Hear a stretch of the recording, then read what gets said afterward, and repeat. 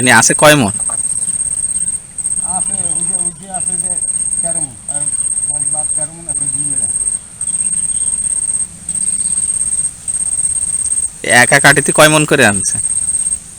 ওই জায়গা আছে একটা 7 মন, একটা 6 মন। ও আর এইটাই। এই জায়গা 4 মন। আহ,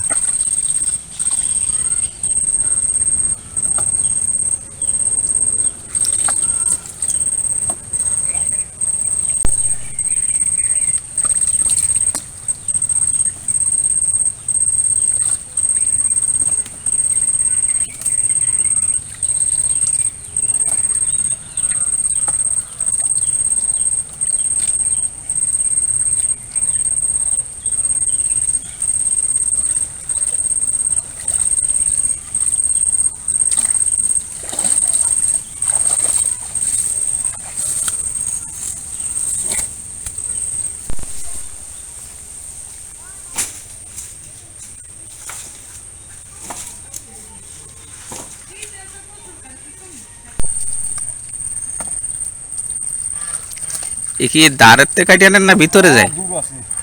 ও বাবা।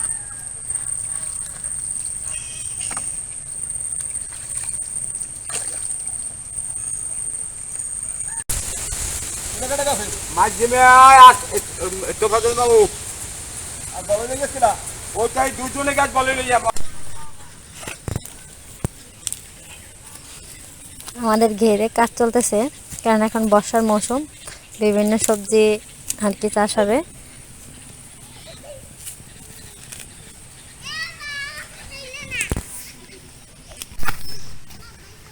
এখন বর্ষার মৌসুম, আমাদের ঘেরে মিষ্টি কুমড়া আর শসা লাগাবো, তার প্রস্তুতি চলতেছে।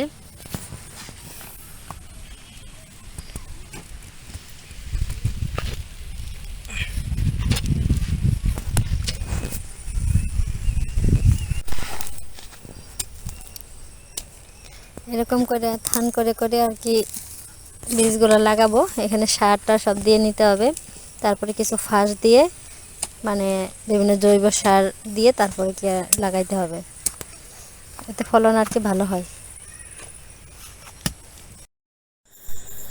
ঘের থেকে কাজ করে আসার পর কী রান্না করব সে নিয়ে ভাবতেছিলাম। যেমন ভাবনা তেমনি কাজ। একটা হাঁস জবাই দিয়ে দিলাম, যেহেতু হাঁস আমাদের পালেরই। এই হাঁসটা জবাই দিয়ে আমি এদিক দিয়ে পরিষ্কার করে নিতেছি। পরিষ্কার করে এভাবে আগুনে ঝলসাই নিতেছি যাতে ওই পশমগুলো না থাকে, কারণ এভাবে পরিষ্কার করলে পশম থাকার সম্ভাবনা খুবই কম থাকে।